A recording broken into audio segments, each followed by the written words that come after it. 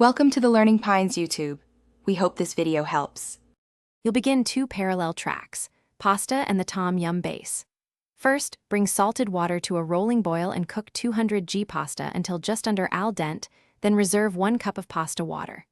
Meanwhile, heat 2 tablespoons oil and briefly toast a stalk of lemongrass, 2 slices of galangal, and 2 kaffir lime leaves to wake their oils.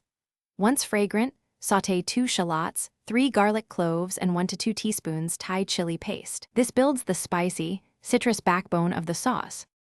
Once your aromatics are soft, deglaze with 500 milliliters of seafood or chicken stock and simmer 5 to 7 minutes so the lemongrass, galangal, and kaffir flavors infuse.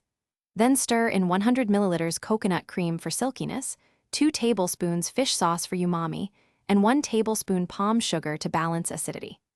Add 150 grams sliced mushrooms and 200 grams shrimp.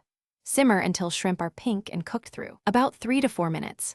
Make sure to taste and adjust. Tom yum works by balancing salty, sour, and sweet. To finish, fish out the lemongrass and galangal, then stir 2 tablespoons fresh lime juice and about 1/3 cup reserved pasta water into the sauce to loosen it. Toss the pasta directly into the simmering sauce so it absorbs flavor. Make sure to coat every strand and simmer together for 1 minute. Finish with a handful of cilantro, Thai basil, and sliced red chili for brightness. If the sauce tastes too salty or hot, mellow it with 1/4 cup coconut cream or more pasta water. This restores balance quickly. Thanks for watching. Consider subscribing if we helped you.